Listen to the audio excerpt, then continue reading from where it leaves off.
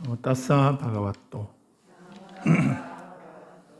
아라핫또 삼마 삼부따사 나모따사 바가와또 아라핫또 삼마 삼부따사. 세상의 존귀하신 님, 거룩하신 님, 올바로 원만히 깨달으신 님, 부처님께 예경하나이다.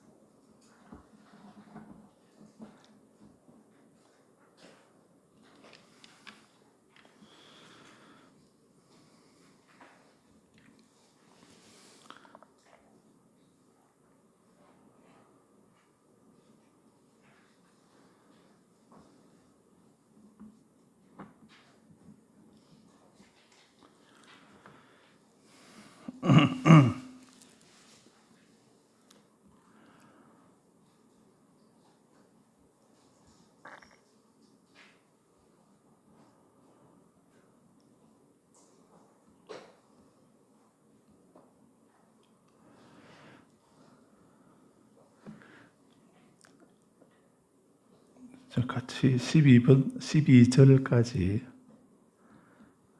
처음부터 한번 읽어보십시오. 큰 소리로 같이. 저부터.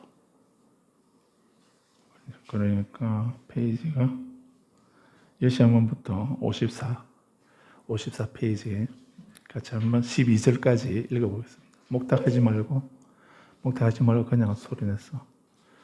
자, 같이 읽겠습니다. 크게 소리내서 해보십시오. 이와 같이 나는 들었다. 한때 세존께서 사와띠시의 제타바나에 있는 아나타 빈디카 성문에 계셨다.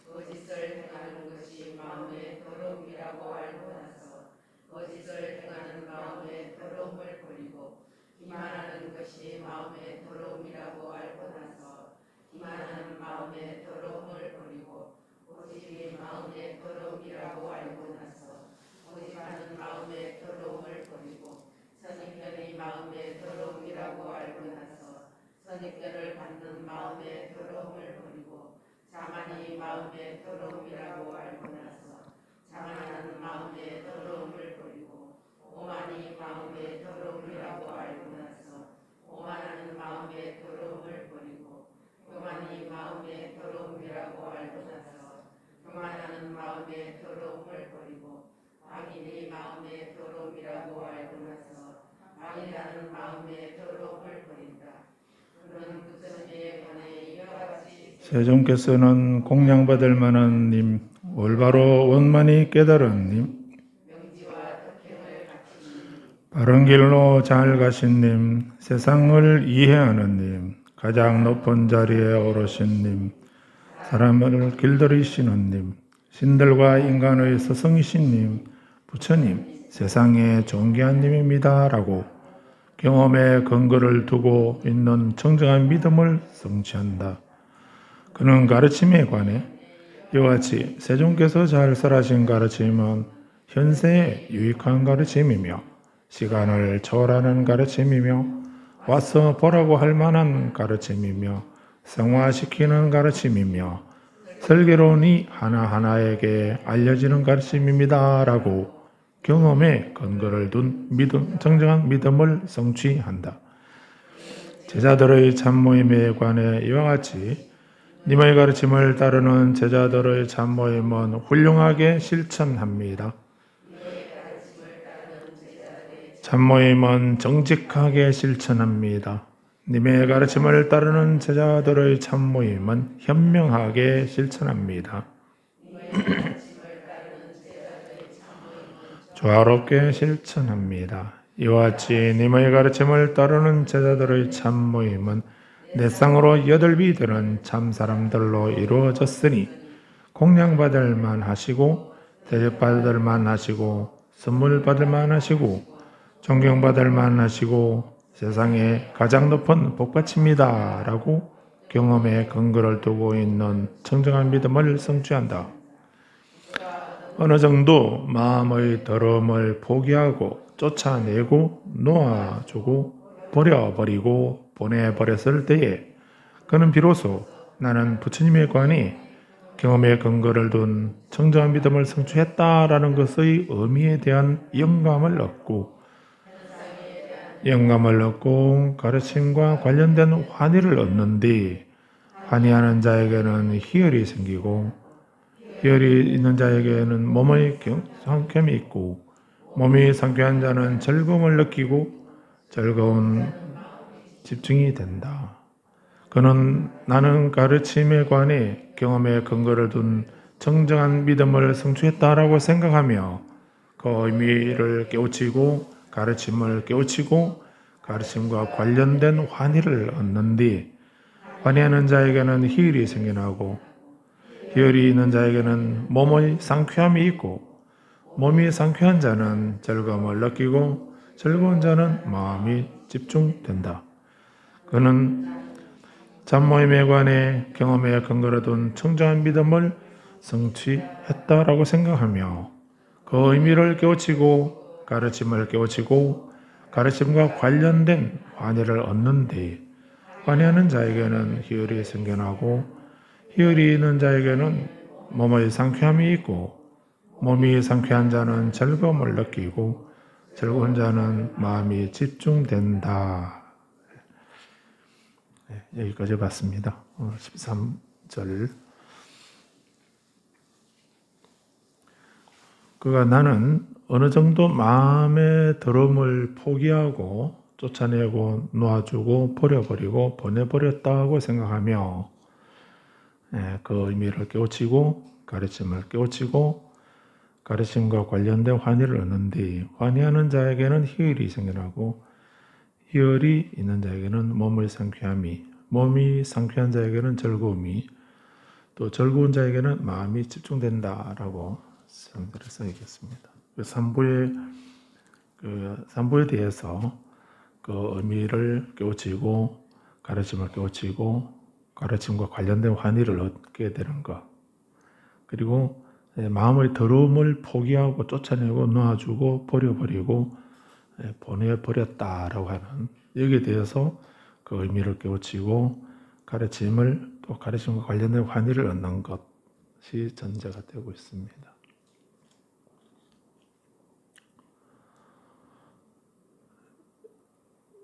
그래서 앞 페이지에 산보에 대해서 이제 어느 정도 마음의 더러움을 10번째 절에서 마음의 더러움을 포기하고 쫓아내고 놓아주고 버려버리고 보내버렸을 때에 그렇게 되었을 때 이제 비로소 부처님이면 불보이면은 부처님에 대해서 또 법보이면은 그 가르침에 대해서 성보에 대해서 성가에 대해서 그렇게 의미에 대한 영감을 얻고 현상에 대한 영감을 얻는다라고 했습니다.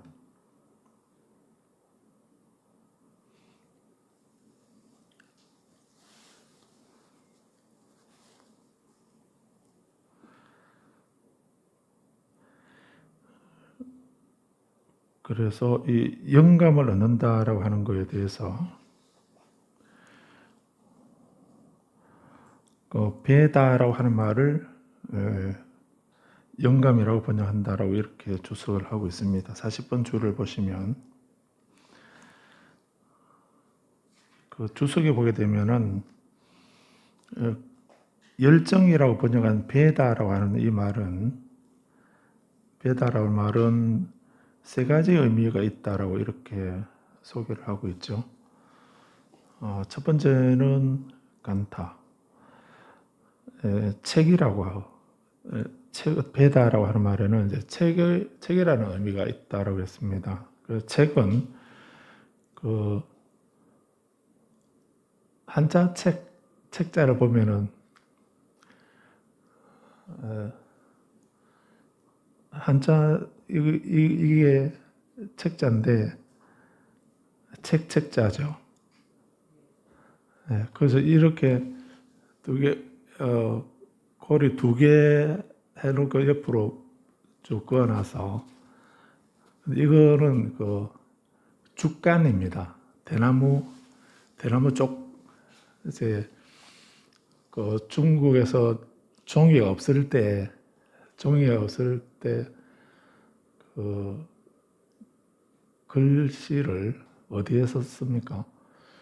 그 대나무가 종류가 많지요. 대나무가 종류가 많은데 큰 거는 아주 굵지요. 그런 굵은 그런 대나무들이 있는데 우리 주변에는 그런 대나무가 없습니다. 그런데 담양이나 우리나라도 또 남해안이나 그쪽 보면 좀 아주 굵은 대나무가 있습니다. 그래서 그런 대나무를 잘라서 그러면 굵으면 그만큼 그 속 내면이 좀 더 넓겠지요. 그래서 그거를 짧게 그 판자처럼 이렇게 잘라가지고 거기다가 글자를 쓴 겁니다. 글자를 쓰고 가죽끈이나 직능쿨이나 가죽끈 같은 거로 쭉 묶어서 그래서 그게 책입니다. 그래서 여기 책이 이렇게 두 개로 하고 이 두 개 스테플처럼 되어 있는 거, 이 두 개는 그것은 대나무 쪽입니다. 그리고 하나 쭉 꺼놓은 거, 그거는 가죽끈으로 그렇게 대나무 쪽을 엮어 놓은 것입니다. 그것이 이제 책이라고 이렇게 했는데, 이렇게 책을 이렇게 하다가 이거를 책이라고 하고 이렇게 이 책을 이제 수량을 말할 때는 한 권이라 하죠. 한 책, 두 책 이렇게도 하지만은 한 권, 두 권 이렇게 권이라고 하죠. 이렇게 지금은 권이라고도 하는데 권이라고 하는 건 또 말권자죠. 두루 둥글게 말았다 해서 말권자입니다. 예? 그 만다는 의미가 있거든요. 그 책이라고도 하는데 그 두루마리 그거를 권이라고 하거든. 두루마리 형식으로 되어 있는 거를 이제 그 권이라고 하는 말은 그렇게 두루마리처럼 말았다는 뜻이고, 책이라고 하는 거는 대나무 쪽 같은 이런 것을 쭉 가죽끈으로 쭉 엮었다는, 묶었다는 이런 의미가 있거든요. 그래서 권이라고 하는 거는 이 역사를 보면은 이제 책보다 권이 나중에 나왔죠. 그래서 채윤이라고 하는 사람이, 채윤이라고 하는 중국의 채윤이라는 사람이 종이를 발명하고 난 뒤에 그때 이제 두루마리 형식으로 길게 두루마리 형식으로 해서 그렇게 그 두루마리 하나가 이제 한 권이죠. 두루마리 한 개가 이제 한 권 이렇게 됐던 것입니다. 그래서 이렇게 베다라고 하는 이 말이 첫 번째 책이라는 의미가 있다고 이렇게 하고 있는데, 책이라 할 때는 이제 뭐 간타라고 하고 있는데, 이것은 그 책이라고 번역됐는데 이 간타 또는 베다 간타에는 책이라는 의미하고 묶는다는 의미가 있습니다. 묶는다는 의미가 있고, 그래서 대나무 쪽을 이렇게 가죽끈으로 묶었기 때문에 그런 것을 책이라고 하는 거기 때문에 그렇게 묶여진 것을 책이라고 하지만은 그 간타라고 하는 이 말의 그 이면의 의미는 묶는다, 묶었다는, 묶인다 하는 그런 묶음의 의미가 있고 또 속박의 의미가 있습니다. 그리고 두 번째 의미는 베다의 냐나라고 해서 지혜라고 했습니다. 책의 의미도 있고, 두 번째 지혜의 의미가 있고, 세 번째 정신적인 즐거움이다라고 하는 이런 세 가지 의미가 있다라고 했습니다.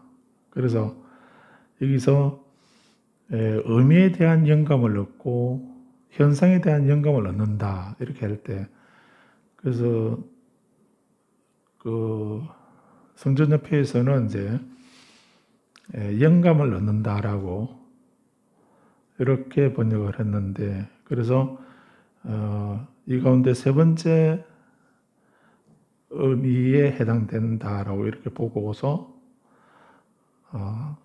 그래서 역자가 이 의미에 대한 영감이라고 번역했다라고 이렇게, 영감이라고 번역한 것은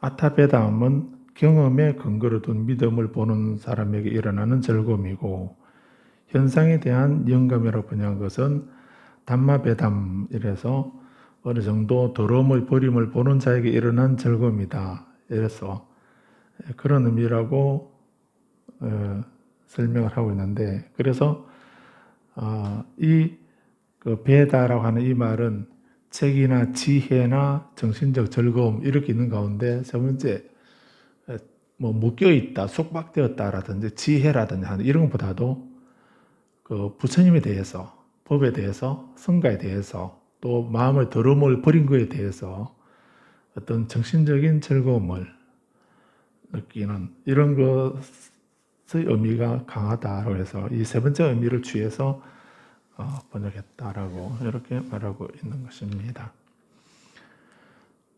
그래서 이렇게 그 마음의 더러움을 포기하고 쫓아내고 놓아주고 버려버리고 보내버리는 것, 이런 것이 그게 우리들의 수행이 바로 이것입니다. 먼저 마음의 더러움이 무엇인가 하는 것을 알고 난 뒤에 그 마음의 더러움을 포기하는 것, 또 내 마음에서 그 마음의 더러움을 쫓아내고 놓아주고 버려버리고 보내버리는 것, 이렇게 하기 위해서 그러기 위해서 우리가 수행을 하는 거다라고 이렇게 할 수 있습니다. 그렇게 보냈을 때, 근데 그렇게 보내지 않으면 이 마음의 더러움을 포기하지 않고 계속 간직하고 있다든지 쫓아내지 않고 놓아주지 않고 보내버리지 않고 가지고 있으면은 그런 마음의 더러움을 내가 포기하지 않고 쫓아내지 않고 보내지 않고 가지고 있게 되면 내가 청정해집니까? 부정해지게 됩니까?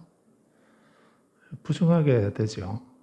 마음이 더럽고 오염된 상태에서 부정한 상태에서 부처님에게 가르침에 성가에 귀한다고 해도 그 귀의 그런 이익이나 공덕이 이런 게 없죠. 그래서 삼보에 귀하려고 그러면은 삼보에 귀하려면은 먼저 우리가 지난 시간에 참회에 대해서 말씀드렸듯이 악업을 참회하는 것입니다. 업을 참회하고 또 마음을 정화하고 맑히고 난 뒤에 그 맑아진 그 상태에서 귀하는 것입니다. 근데 우리가 그걸 귀하지 않는 상태에서 이렇게 그 마음의 더러움은 그대로 포기하지 않냐고 다 간직하고 있으면서 그걸 가지고 있으면서 우리가 또 다른 어떤 원이나 바램이나 이런 걸 가지고 말하게 되면 그러면은 그런 원들이 이루어지는가? 이루어지지 않는다 했습니다. 이루어지지 않습니다. 그래서 우리가 계속 해가 바뀌면 새해 첫날에, 달이 바뀌면 좌우로에, 하루가 시작되면 새벽에 이렇게 우리가 어떤 원을 바라고 이렇게 해도 그런 것이 왜 안 이루어지는가? 그건 부처님이 영험이 없으셔서 그런 게 아니죠. 부처님이 그렇게 영험이 없어서 그런 것도 아니고 내가 그거를 이룰 수 있는 조건을 갖춰야 되는 건데 그거를 원을 이루는 그 조건이 바로 마음의 더러움을 알아라고 했습니다. 우리 마음의 더러움을 알아라고 했고 그 더러움을 알았으면 그거를 포기하고 버려라라고 이렇게 하셨습니다. 그런데 우리가 그거를 포기하고 버리지 않게 되면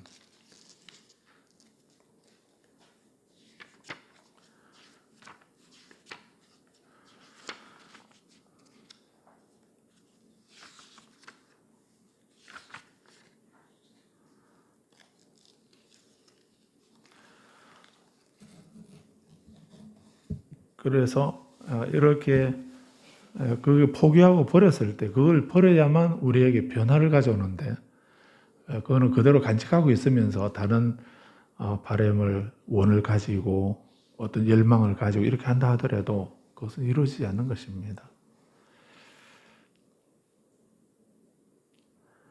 그래서 어느 정도 그렇게 더러움을 포기하고 쫓아내고 놓아주고 버려버렸을 때 버리고 보내버렸을 때 그때 우리는 부처님에 대해서 경험에 근거로 둔 청정 믿음을 성취한다라고 이렇게 했습니다. 그래서 이렇게 그 의미에 대한 영감을 얻고 현상에 대한 영감을 얻게 되면 우리는 가르침과 관련되는 환희를 얻게 되는데 그 환희를 얻는 자에게 희열이 생긴다라고 했습니다. 그래서 환희를 얻는 것 이것이 그래서 중요한 것입니다. 그래서 십지품에서도 화엄 십지에서도 첫 번째가 환희지죠.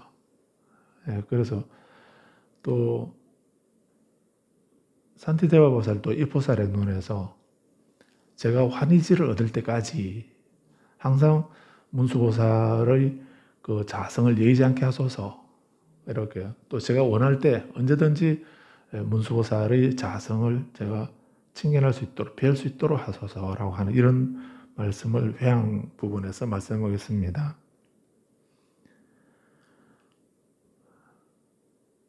그래서 이 환희 열망의 환희심을 갖는 거 생활에 환희심을 갖는 것, 이것이 가장 중요하죠. 어떤 우리가 어떤 환경에서도 그 희망을 놓지 않고 그 환희심을 갖는다는 것은 아주 귀하고 소중한 것입니다. 매일매일 그 어떤 수행을 하고 어떤 기도를 하셔서라도 그거를 통해서 내가 순간순간 어떤 희열, 환희심을 갖는 것. 그래서 어떤 그 타성이 적게 되면 어제나 오늘이나 뭐 달라진 게 아무것도 없다라고 이렇게 하게 되면 왜 나는 지질이 더 뭐가 없다고 그럽니까? 그래서 지질이 더 뭐가 없다라고 이렇게 하면서 늘 불평하고 체념하고 이렇게 하게 되면 생활에 활력이 없게 되죠. 그래서 연보를 하거나 독경이나 수행을 하거나 또 가사 일을 하면서라도 그럴 때 어떤 이렇게 환희하는, 기뻐하는 이런 마음을 갖는 것이 가장 중요합니다. 그래서 어떤 계기로 내가 생활에 매 순간순간 환희심을 일으키도록 할 것인가, 이거 가장 중요한 것입니다. 뭐 딱 정해지는 방법은 없습니다. 근데 우리들의 어떤 그 환경이나 또 마음가짐이나 거기에 따라서 그 생활의 질의 차이가 어디서 나는가, 환희심을 가지고 하는가 안 가지고 하는가, 거기에 있다고 볼 수 있습니다. 그래서 뭘 하시더라도 그렇게 매 순간 어떤 늘 불평하고 불만, 슬픔, 비탄, 고통, 근심, 절망 이런 것에 휘둘리게 되면 환희심이 날 겨를이 없죠. 그래서 부처님을 생각하고 또 가르침과 성가를 생각하면서, 그래서 매 순간 그래서 남님에서는 그런 마음을 일으키기 위해서, 그런 마음을 다른 말로 보리심이라고 이렇게 한다면, 그런 보리심을 일으키기 위해서 어떻게 해야 될 것인가, 그 아티샤 존자는 그 인연의 소중함을 생각하라라고 이렇게 또 얘기하죠. 그래서 우리 일체 중생은 바로 나의 어머니다라고 이렇게 생각하고, 그 어머니가 고통에 빠져 있는데 나는 어머니에게 지중한 은혜가 있다. 그리고 그 은혜를 보답해야 된다. 근데 그 어머니가 고통에 빠져 있으니까 어머니를 구제할 수 있는 자량을 내가 갖춰야 되겠다.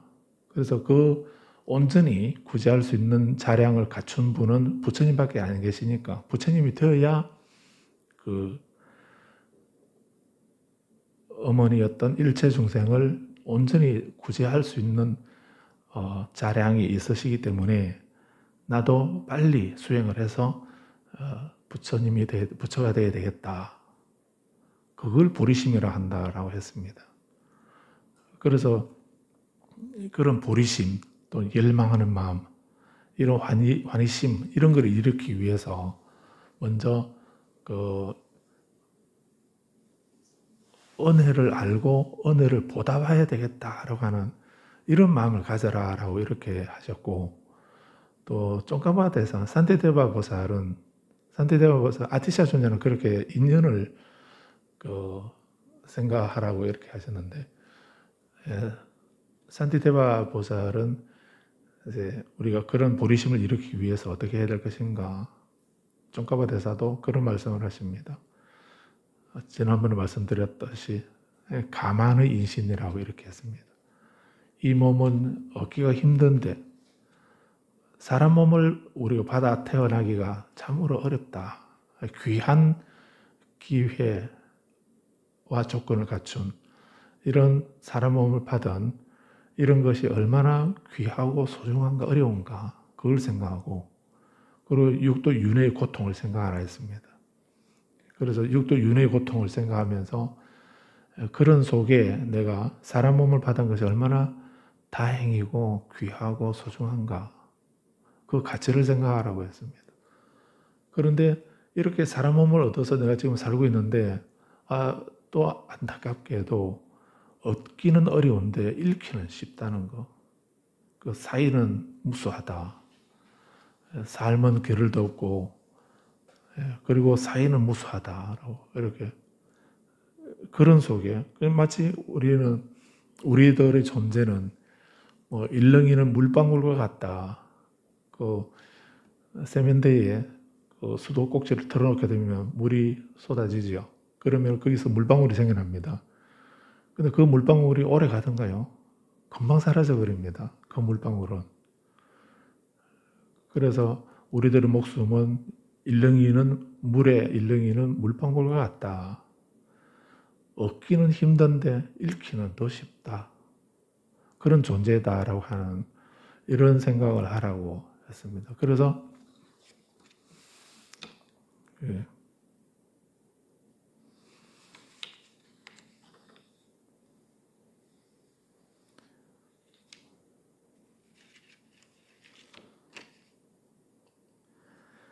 그 시인 가운데 옛날에 읽었던 거라서 그래서 그 읽고서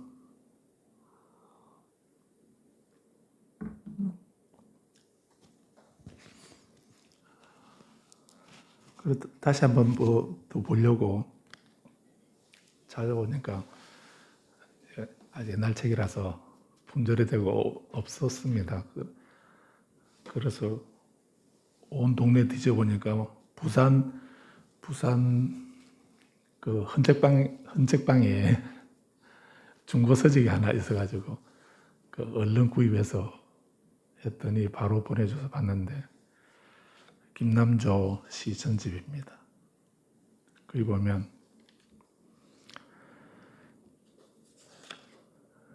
그 가을에라고 하는 그런 시인데요. 가을이 오면 당신을 따라가겠습니다. 내 손을 이끌어 주시겠지요.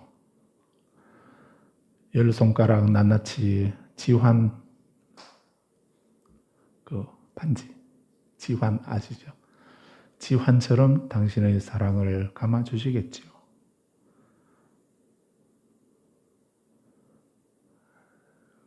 그 제가 10대 후반에 꽂히는 부분이 바로 이 부분입니다. 마지막인 듯 모든 일이 귀하면서 첫 시작인 듯 모든 일에 공손하게. 그래서 우리 매 순간순간 찰나찰나 우리는 어떻게 생각해야 되는가. 김남조님은 지금 이 순간이 마지막인 듯 모든 일이 귀하게 유언을 하듯이 이제 내일 또 시작되고 모레도 있고 이렇게 계속 늘 그럴 거다 하는 이런 생각하게 되면 우리가 그 절박한 생각도 못하고 하겠지만 근데 이것이 지금 마지막이다라고 이렇게 생각하게 되면 이 생에서 오늘 지금 이 순간 이 일이 마지막이다. 금생의 마지막이다. 이렇게 생각하면 우리는 어떤 마음을 하겠습니까? 그래서 매 순간순간 마지막인 듯 모든 일이 귀하다. 귀하게. 첫 시작인 듯 모든 일 공손하게. 첫 시작인 듯 모든 일 공손하게. 그래서 이렇게 어떤 일을 뭐 늘 그렇다라고 타성에 젖은 이런 마음으로 맞이하는 것이 아니고 이 세상에 막 태어나서 처음 만나는 그런 일이라고 하는 이런 생각으로 공손하게 또는 설레이는 마음으로 환희로운 마음으로 경이로운 마음으로 이렇게 맞이하는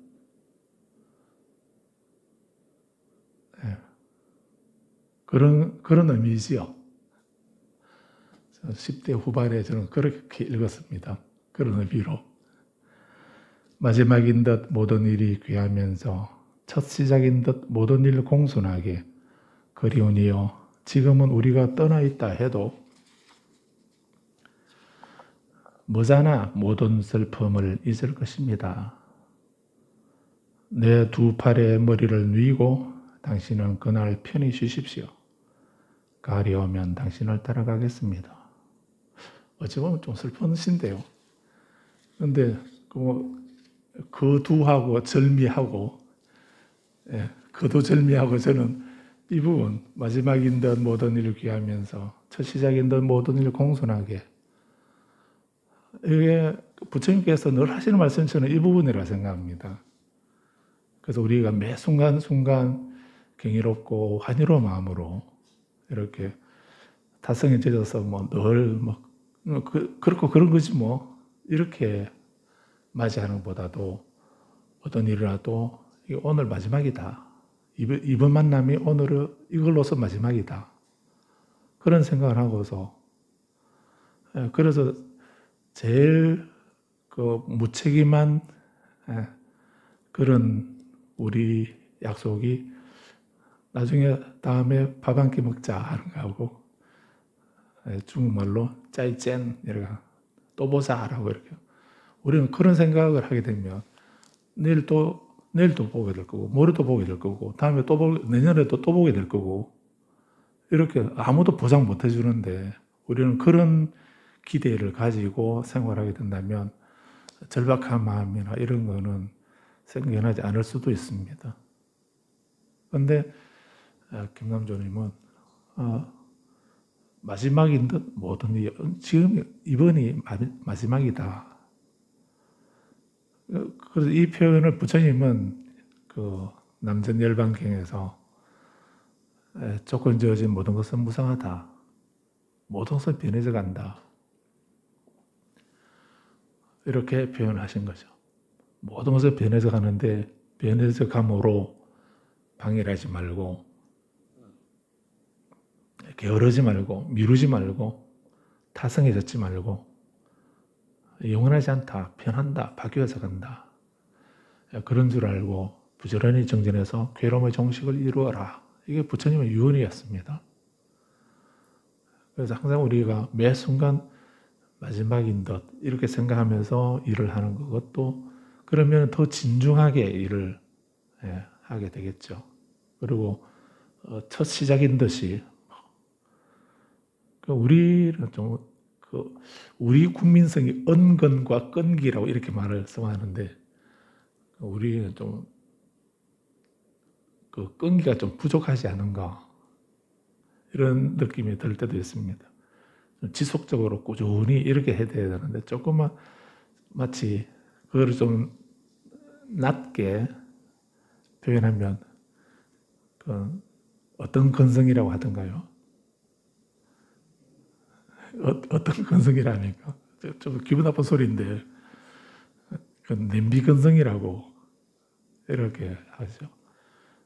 가마솥은 불을 지피면 은근히 이렇게 끓어오르고, 그리고 불을 꺼도 그 열기가 좀 오래 지속되는데 서서히 식고 이렇게 하는데, 냄비는 얇기 때문에 불을 켜자 바로 끓어오르고, 그리고 불 끄자 바로 식어버리고 이렇게 하는 거죠. 그런 거는 안 좋은 것입니다. 라면 끓여 먹을 때는 좋은데 우리 건성이 그렇다고 하면 그건 별로 안 좋은 거죠. 그래서 첫 시작인 듯이 모든 일이 항상 공손하게, 경이롭게, 환희롭게 이렇게 하라는 이 말씀입니다.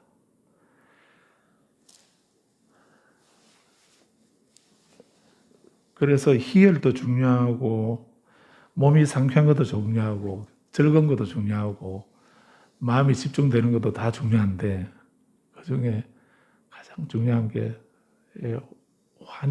환희심을 일으키는, 거기서부터 시작된다는 것입니다. 그 환희는 어떤 데 생겨나는가? 마음의 더러움을 포기해야 된다는 것입니다. 포기하고 그거를 쫓아내버리고 놓아주고 버려버리고 보내버리고 난 뒤에, 그리고 이제 내가 귀할 분은 부처님, 이러한 부처님, 여래시포로 표현되는 그런 부처님, 그런 가르침, 그런 성가에 내가 성가에 대해서, 삼보에 대해서 경험에 근거로 둔 청정한 믿음을 성취했다. 성취했다는 이 말은 그 삼보에 대해서, 삼보의 존재에 대해서 그 흔들림 없는 그런 확신을 가졌다는 이런 얘기죠.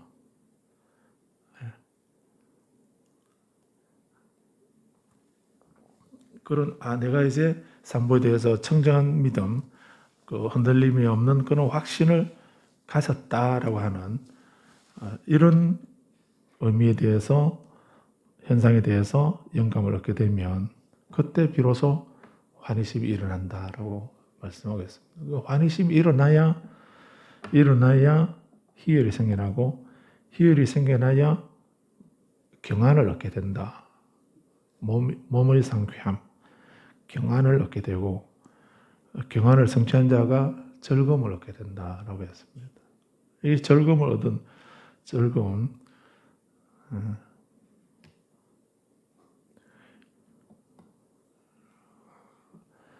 그래서 이 즐거움하고 희열과 즐거움, 우리는 좀 비슷한 말로 생각될 수 있는데, 그 희열은 그 삐띠라고 이렇게 말합니다. 삐띠라고 하고, 여기서 즐거움은 수카라고 이렇게 하고 있습니다.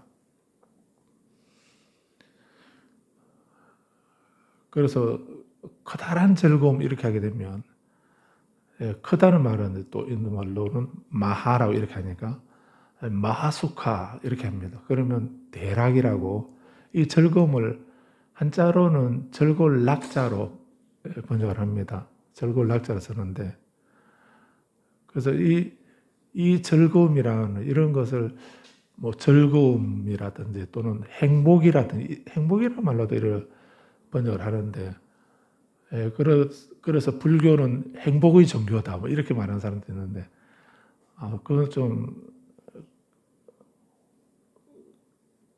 문제가 있다라고 볼 수 있습니다. 불교는 행복을 부정하지는 않습니다. 부정하지 않았는데, 그러면 그 행복이라는 것이 뭔가, 그것을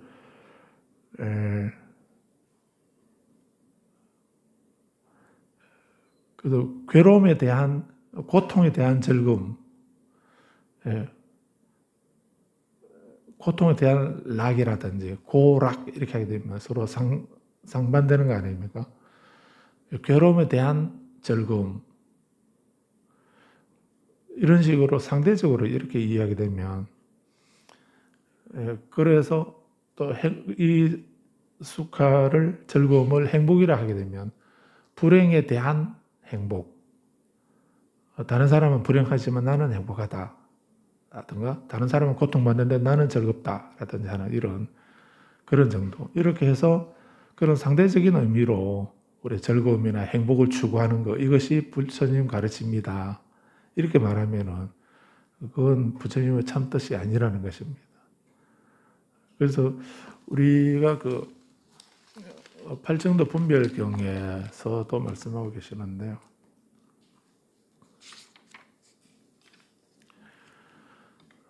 그래서 우리가 그 희열이나 즐거움을 얻는 것이 우리 명상 수행하거나 공부하는 것의 궁극적 목적이 아니다는 거. 불교가 그 행복의 종교다라고 이렇게 말하면 안 되는 이유 중에 하나가, 여기 팔정도 분별경 보시면 큰 책은 147페이지고요. 작은 책 갖고 계시면 팔정도 8가지 고귀한 길의 분석의 경 가운데 12번이 이제 그 사마사마디, 올바른 집중에 대해서 분석 설명하고 있는 부분입니다. 그게 첫 번째 초선에서는, 찾으셨나요? 초선에서는 감각적 쾌락의 욕망을 여의고 악하고 불건전한 상태에서 떠난 뒤 사유와 숙고를 갖추고 멀리 여임에서 생겨나는 희열과 행복을 갖춘 첫 번째 선정을 성취한다.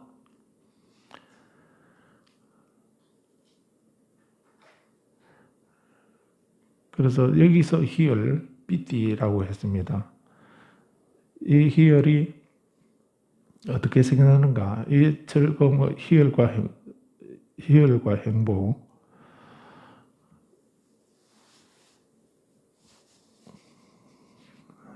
여기 144페이지 옆에 바로 옆에 보면 그 밑에 그 1번에 밑에 두 번째 줄에 비베까잠 삐띠 쑥감 보입니까?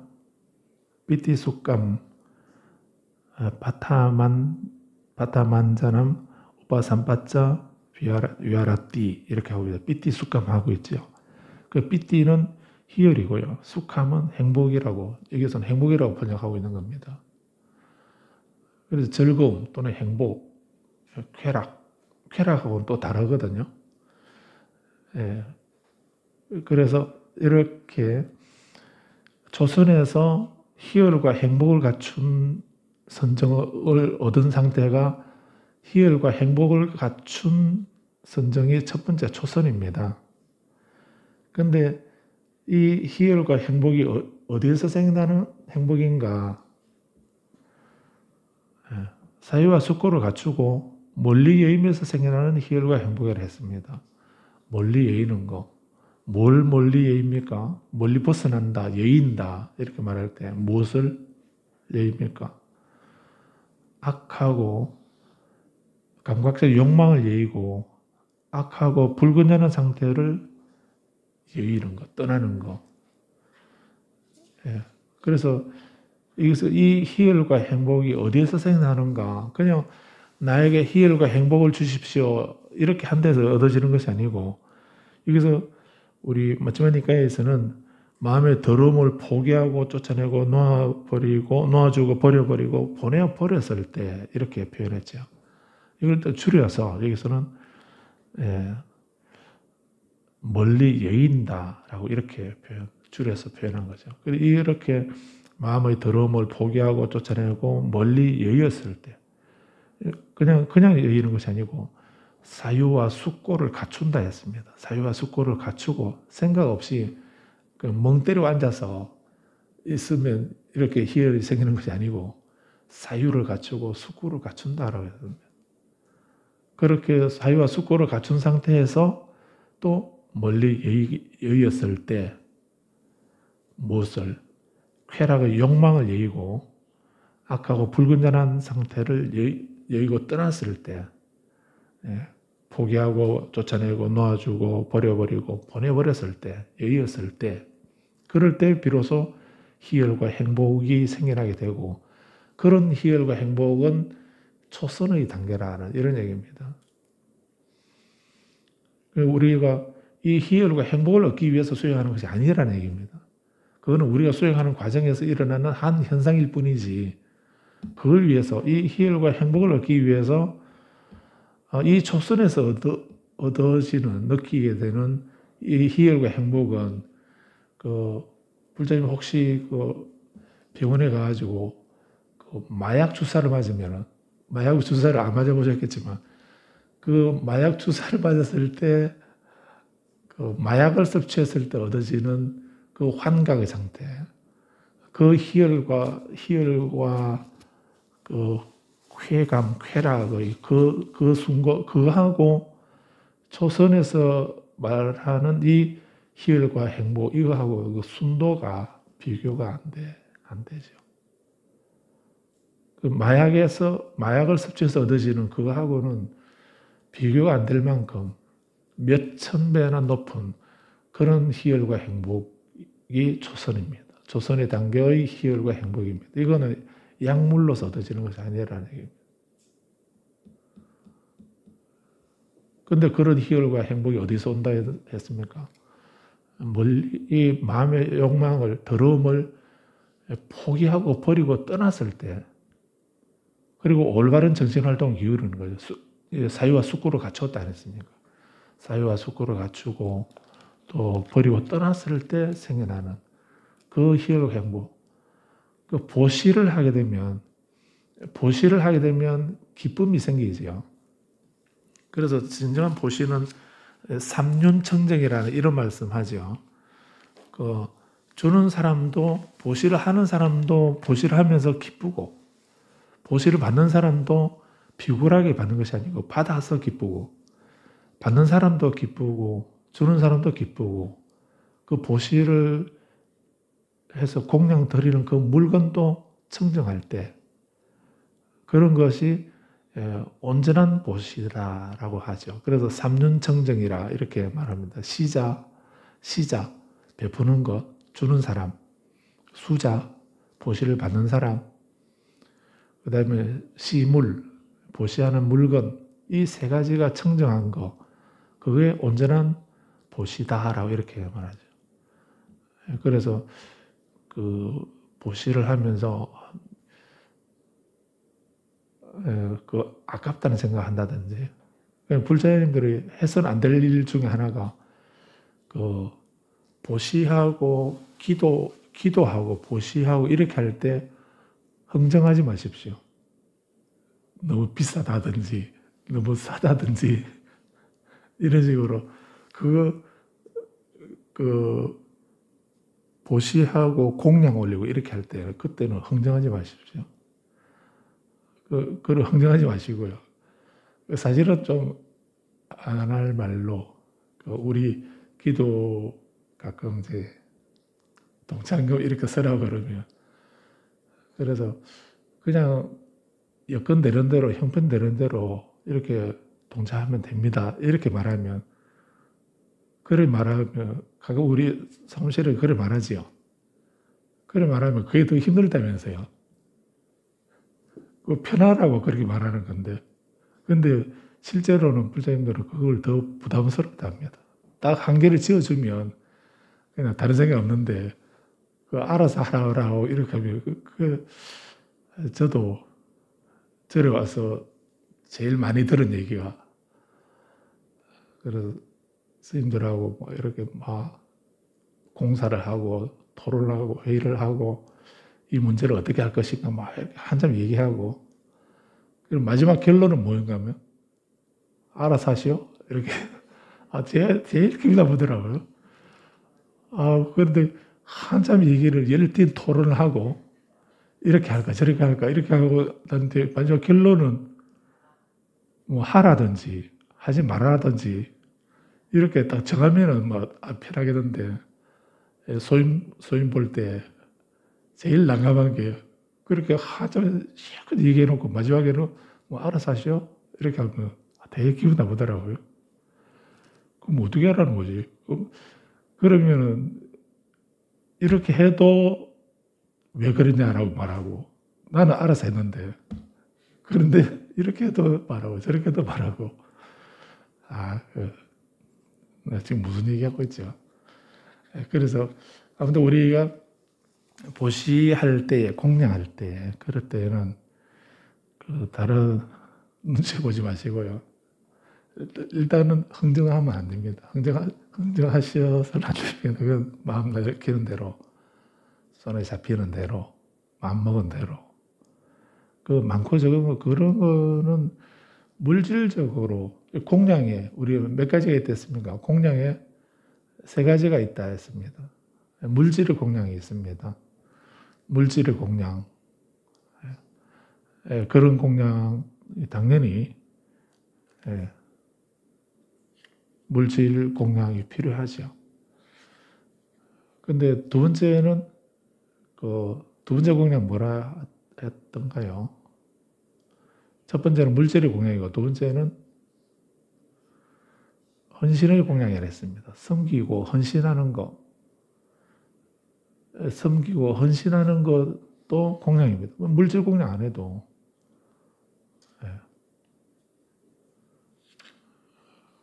그래서 잘 섬기고 헌신하고 보필하고 하는 것도 공양이거든요. 그런 공양도 두 번째입니다. 섬김과 헌신의 공양. 세 번째 공양은 수행의 공양이라 했습니다. 그래서 그 가르침대로, 부처님 가르침대로 실천하고 수행하는 거, 그 말씀을 실천하는 거, 이 공양이 가장 큰 공양이라고 이렇게도 얘기를 하죠.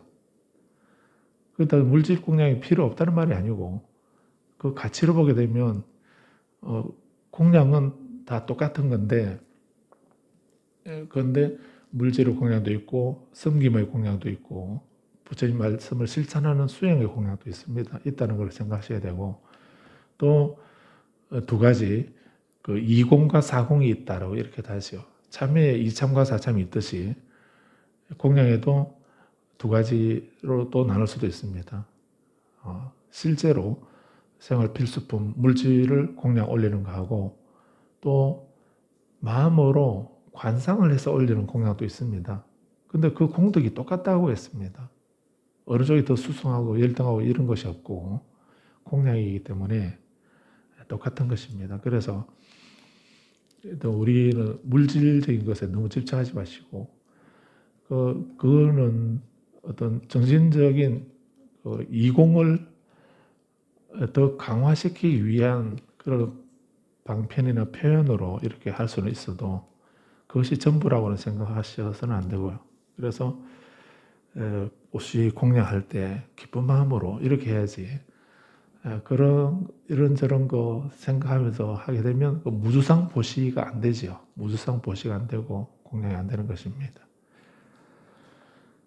자, 그래서 지금 제가 말씀드리려고 하는 것은 희열과 행복, 초선에서 희열과 행복은 멀리 여임에서 오는 희열과 행복이라 했습니다. 근데 이 희열과 행복은 우리가 일상적으로 느끼는 그 희열과 행복하고는 비교가 안 될 만큼 순도가 높은 그런 희열이고 행복인데 이거 어디서 오는가? 이거는 멀리 여임에서 온다고 했으니까 그 욕망이나 불건전한 상태를 악하고 불건전한 상태를 여의지 않는 사람은 이 희열과 행복이 오지 않는 겁니다. 알 수가 없는 것입니다. 글자에 있는 것이 아니기 때문에. 그래서 경험의 근거를 둔 거라고 이렇게 마태복음에서 말씀하지 않습니까? 그래서 이거는 글자로 사전적으로 글자를 안다 해서 희열과 행복이 있는 것이 아니고요. 그런데 그 희열과 행복은 여임에서 온다 하는. 그래서 마음의 더러움을 포기하고 쫓아내 버리고 놓아주고 버려버리는 그때 오는 행복, 그 희열과 행복. 그것이 전문적으로 보면 초선의 단계에 해당된다. 첫 번째 선정에 해당된다고 할 수 있습니다. 첫 번째는 사유와 숙고가 갖춰진다라고 했습니다. 올바른 정신활동으로서 사유와 숙고가 갖춰져 있는 상태에서 멀리 예임을 했을 때 그때 생겨나는 것이 희열과 행복이라고 이렇게 했는데 근데 이런 사유와 숙고가 이선에서는 두 번째 선정에서는 그것이 멈춰지는 겁니다. 사유와 숙고가 멈춰집니다. 가끔 전후세가 끊어졌다 하는 이런 말 들어보셨나요? 사유와 숙고가 멈춰지는 것입니다. 그런데 아무 생각이 없는 것이 아니고 그 사유와 숙고가 멈춰졌지만 내적으로는 마음 평온과 마음의 통일을 이루고 있고 사유와 숙고를 이어서 희열과 행복을 갖춘 두 번째 선정을 얻게 되는데 이 두 번째 선정의 희열과 행복은 어디에서 나오는 것인가? 집중해서 나온다는 겁니다. 사유와 숙고를 여의고 몰입 집중을 했을 때 그때 생겨나는 희열과 행복이 두 번째 선정입니다. 그냥 똑같은 희열과 행복인데도 그 초선의 희열과 행복은 이선하고는 비교가 또 안 된다 했습니다. 그만큼 이선의 그 희열과 행복은 아주 강도가 높은 그런 희열과 행복인데 초선에서는 상상을 할 수 없는 그런 희열과 행복이라 합니다. 그러니까 그 삐띠숙가라고 이렇게 말하고 있으니까 같은 거라고 생각하지 마시고요. 순도가 다릅니다. 그리고 초선에서는 멀리 예임에서 오지만은 이선에서는 집중, 선정을 닦았을 때, 선정을 닦을 때 비로소 우리에게 나타나는 그 희열과 행복이라는 그런 얘기입니다. 그런데 이 이선의 어느 쪽 희열과 행복을 원하냐, 선택할 거냐, 이를 물으면 불자님은 당연히 두 번째 거를 원한다라고 이렇게 말씀하시겠죠. 그런데 그렇게 나는 첫 번째보다 두 번째가 더 순도가 높은 그런 희열과 행복을 원한다라고 이렇게 한다 해서 내게 주어지는 것이 아니고, 멀리 예임을 얻어서 그 희열과 행복을 성취한 사람이 그 다음에 이제 집중을 했을 때, 이게 마치면 니까에서 마음이 즐거운 자는 마음이 집중된다고 이렇게 하셨으니까, 이렇게 선정을 사마타 집중을 얻었을 때, 그때 그 집중을 얻은 그 산매에서 일어나는 얻어지는 그런 희열과 행복이 두 번째 선정이라 이런 얘기입니다. 자, 그런데 세 번째 선정으로 가게 되면, 더 선정이 깊어지게 되면 초선을 얻기 위한 진언이 따로 있고 또 이선을 얻기 위한 수행이 따로 있고 이런 것이 아닙니다. 뭘 하셔도 그냥 그걸 꾸준히 하시면 됩니다. 오만의 반명을 외우거나 다라보살 진언을 외우거나 화두를 들거나 위파사나를 하거나 연부를 하시거나 그 수행을 꾸준히 하게 되면 그 꾸준히 하는 그 수행 속에서 우리들의 정신 단계가 그 깊어지고 심화되면서 이런 단계 초선으로 또 2선으로 3선으로 이렇게 심화되는 것입니다. 그런데 그렇게 계속 그 수행을 하게 되면은 이제 어느 순간 희열이 사라지게 됩니다. 그럼 희열이 사라지면 우울해지는가? 그건 아닙니다. 이제 희열이라는 이런 것이 사라지게 되고, 그런데도 내 마음은 평정하고 책임이 있고 올바로 알아차리면서 이제 신체적인 행복이라고 했죠. 몸이 상쾌한 자라고 이렇게 경에서 말했는데, 여기서는 신체적인 행복을 느낀다. 이것이 그 경안입니다. 경안을 느끼면서 고야님들이 평정하고 책임이 있고 행복하다라고 하는, 희열은 사라졌지만 행복감만, 지복감만 남아 있습니다. 평정하고 책임이 있고 행복하다라고 하는 그런 세 번째 선정을 성취한다는 것입니다. 문제는 이 삼선에서는 희열이 사라진다는 거예요. 삐띠라고 하는 그런 희열, 기쁨, 이런 거, 그런 느낌이 사라진다는 겁니다. 근데 사라진다 해서 슬퍼지거나 우울해지거나 어두워지는 것은 절대 아니면 그런 거하고는 이제 다르고 또 성화되어 버린 거죠. 그래서 희열은 사라졌지만 다른 마음이 일어나는 것이 아닌 것을 어떻게 알 수 있습니까? 평정하다 했습니다. 평정하다는 말은 그 기쁨도 즐거움 이런 쪽에 치우치지 않는 그 중간을 말하는 거죠. 그래서 마음이 동요되지 않는 평정하고, 그러면서 그 알아차림과 책임이 있고 수카, 행복한 상태, 그런 상태가 세 번째 선정을 했습니다. 자, 그런데 사선이 되게 되면 네 번째 선정에서는 행복도 끊어진다 했습니다. 행복도 희열이 사라지는 건 삼선인데, 사선에서는 행복도 고통도 끊어진다. 이전의 기쁨도 근심도 사라진다. 괴로움도 없고 즐거움도 없다라고 했습니다. 괴로움도 즐거움도 없어져 버리는 그런 상태가 사선인데, 그러니까 불교는 행복을 얻는 행복의 정교하다 이렇게 말하면은 안 되죠. 이게 사선에서는 그 행복이 사라져 버리는데요. 그러면은 행복의 정교라고 이렇게 말하면은 사선에서는 뭐라고 하겠습니까? 사선은 불교 아니라고 할란가요? 그 행복도 고통도 끊어지고 이전에 기쁨도 근심도 사라지고 괴로움도 없고 즐거움도 없는 상태.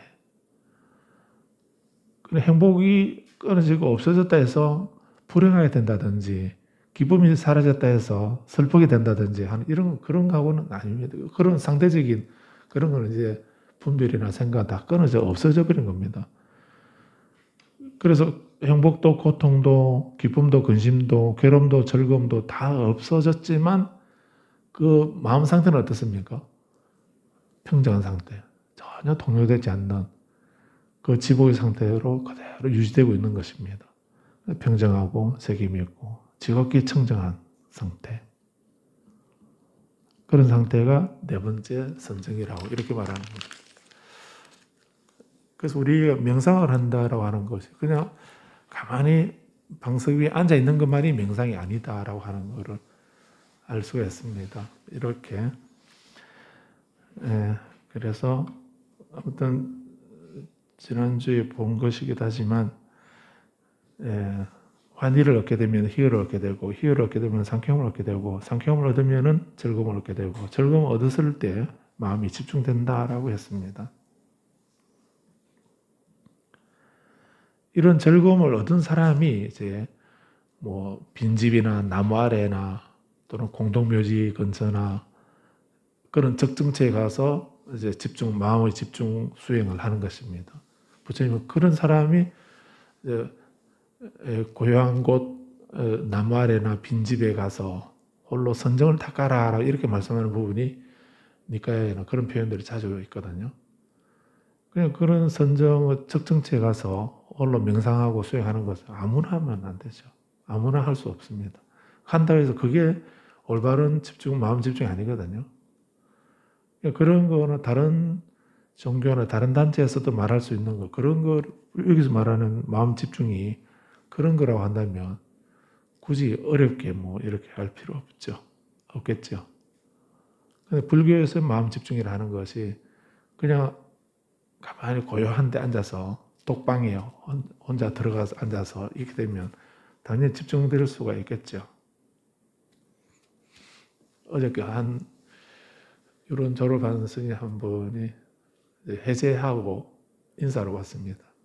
인사 와서 이게 하고 가는데 유론에서 이제 연구 과정까지 공부하고 그렇게 선방에 처음 간 건데 지난철에 그 문경 봉암사 선방에서 이렇게 한 절을 했다면서 인사로 왔습니다.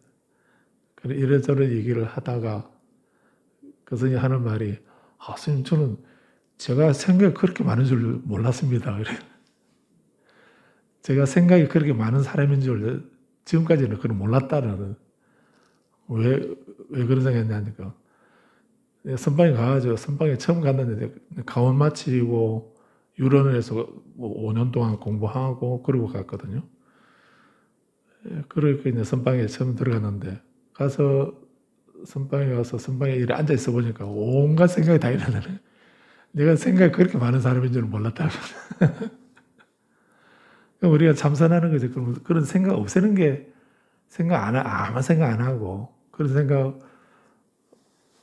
생각 일어나면은 그 수행이 잘못한 겁니까? 우리도 지금 시간 다 됐는데 명상하게 되면 뭐 평소에 생각 안 나던 건 다 생각나지요. 평소에는 잊어버리고 있었는데 그 명상할 동안에는 다 기억이 납니다. 내 기억력이 이렇게 좋은가 이런 생각이 들 정도로 온갖 생각이 다 일어나고 그렇게 됩니다. 그런데 아무튼 우리가 마음 집중하는 것이 그런 생각이 일어나는 걸 보면은 나는 이 참선하고는 인연이 안 맞는가 보다. 그런 망상이 그런 펀드가 많아서 무슨 수행을 하겠나 이런 생각이 들 때도 있을 겁니다. 들으라고 하는 화두는 안 들고 누구는 어쩌고 이런 그런 것만 다 온갖 생각이 일어나가지고 전혀 마음 집중이 안 되는 그런 것을 경험하게 될 겁니다. 그러니까 여기서 부처님께서 말씀한 마음이 집중된다라고 했는데 그러니까 부처님 말씀하는 이 선정 집중은 어떤 사람이 어떻게 닦는 것인가 우리는 앞에 이 과정들을 전행이라 하는 그 예비 수행을 안 했기 때문에 안 하고 그냥 앉아 있으니까 그런 거죠. 명상이 뭔지, 마음이 뭔지, 그 구조나 그 방법이나 이런 거를 전혀 모르고 그냥 흉내만 내어서 다른 사람이 앉아서 있으니까 자기도 가부좌 하고 앉고 다른 사람이 선정일을 하고 있으니까 자기도 선정일을 하고 그리고 방석에 앉아서 허리 펴고 이렇게 앉아 있어 보면 그게 명상이고 수행인가? 그건 아니지 않습니까? 부처님은 우리가 마음 집중하기 전에 뭘 해야 되는가 하는 것을 먼저 마음에 들어오면 알아라라고 이렇게 말씀하죠. 계속 반복해서 말씀드리고 있는데 이거 모르는 상태에서 그 어느 정도 마음에 들어옴을 포기하고 버리고 쫓아내고 놓아버리고 보내버렸을 때 비로소 이제 그 어떤 의미에 대한 영감이 생겨나고 현상에 대한 영감이 생겨나고 해서 마음의 즐거움이 일어나서 환희가 생겨나는 건데 그런 환희가 없는 사람에게 무슨 마음의 집중이 생기겠습니까? 당연히 온갖 생각 다 일어나게 되고 번뇌가 생겨나게 되겠죠.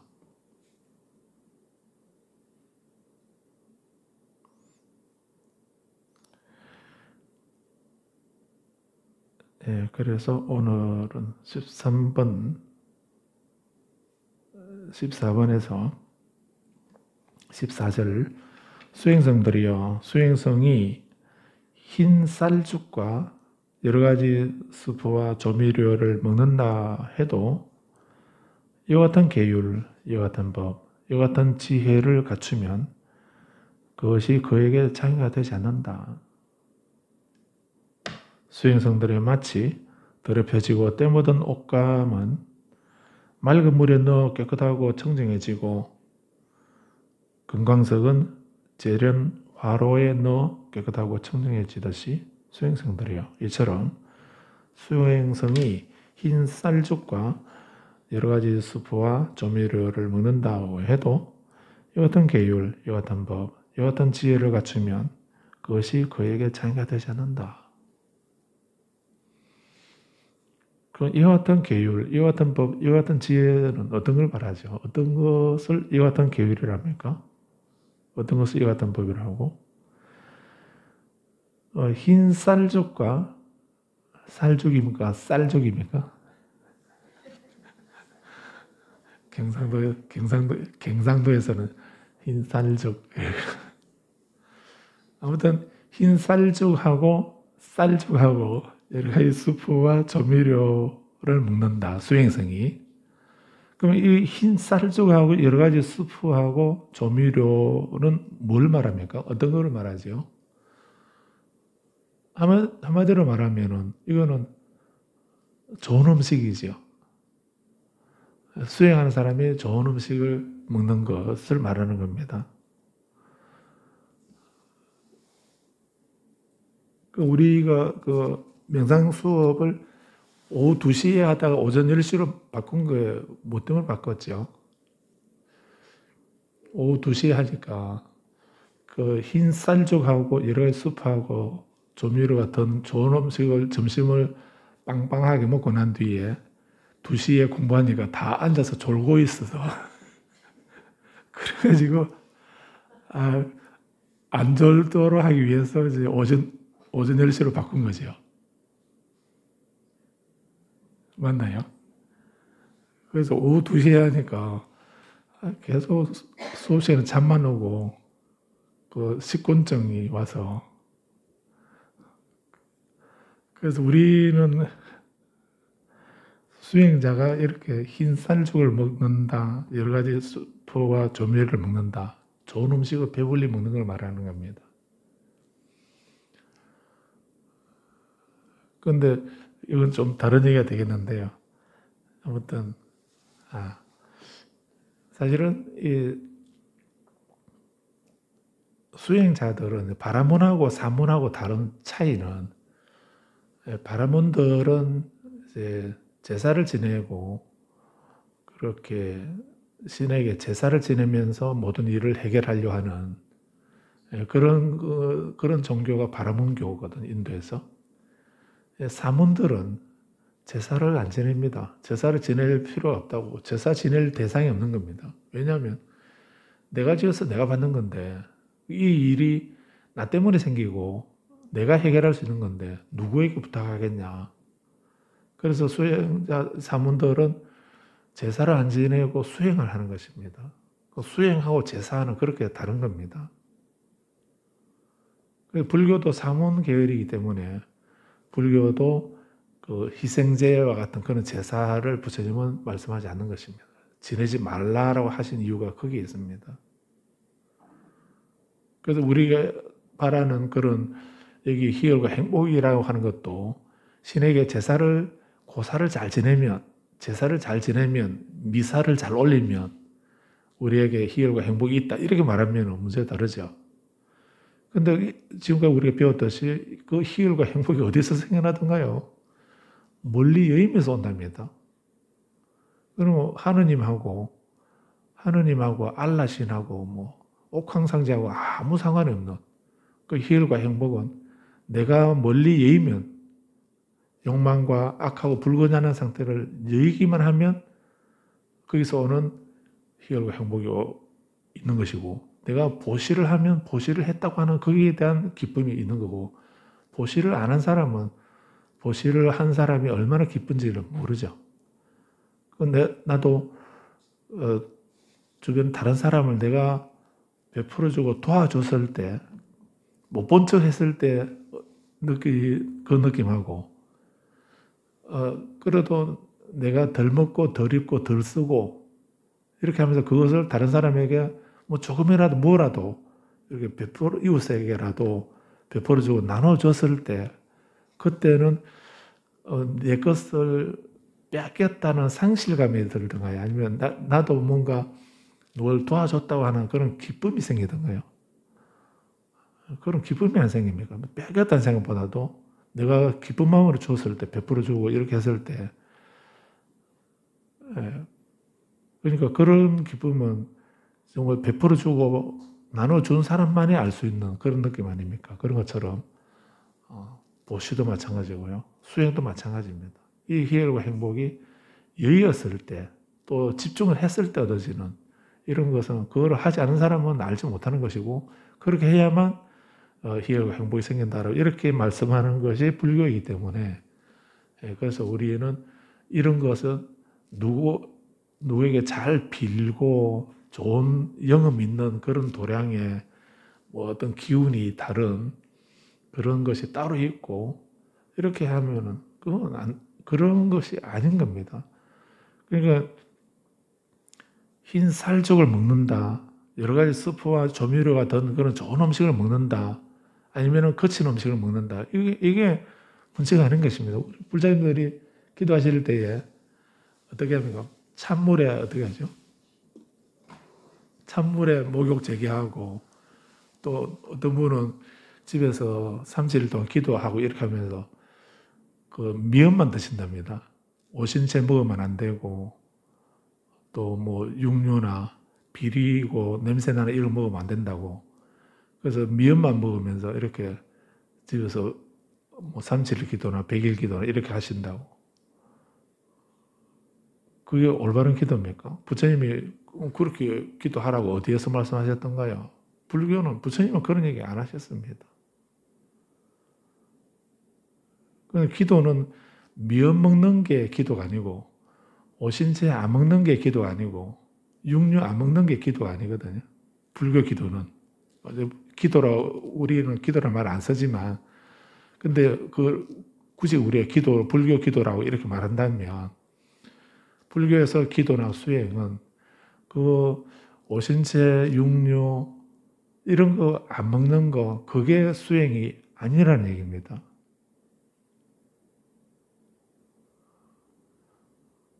그런데 대승불교에서는, 우리 니까야에 보게 되면 부처님 이렇게 분명히 말씀하지 않습니까? 흰살죽과 여러 가지 수프와 조미료를 먹는다 해도 이와 같은 계율과 법과 지혜를 갖추면 그것이 장애가 되지 않는다. 그것이 그에게 장애가 되지 않는다라고 부처님 말씀하셨는데, 우리는 크게 장애가 된다고 이렇게 해서 기도하면서 이렇게 하면 이거 먹으면 안 되지 이렇게 해서, 그래서 집에서 자기 혼자서 뭐 미음만 끓여서 이렇게 먹으면서 그 무슨 힘이 나겠습니까?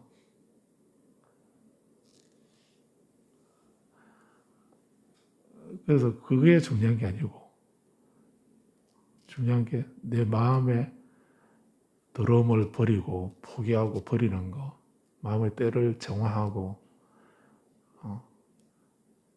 그것을 없애는 것이 거기서부터 시작되는 게 그게 불교 기도고 수행이지. 그렇게 하면 그렇게 한 만큼 여의였으면 여인 것에서 오는 희열과 행복이 있고 집중했으면 집중하는 데서 오는 희열과 행복이 있다라고 이렇게 말씀하지 않습니까? 그 부처님이 너 하는 거 봐가면서 희열과 행복을 주거나 빼앗거나 이렇게 하시겠다고 하지 않으셨다는 얘기입니다. 이 14절은 좀 더 말씀드릴 부분이 더 있습니다.